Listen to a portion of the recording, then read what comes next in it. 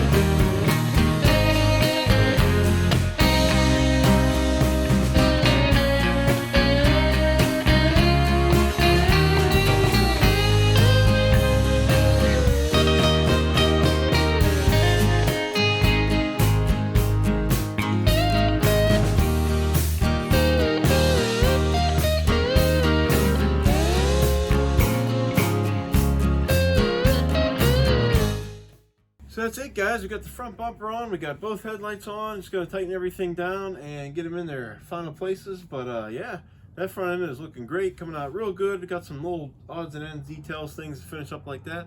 The next video will probably be, actually guys, I'm not really sure. This thing's almost done. It might be the final overview.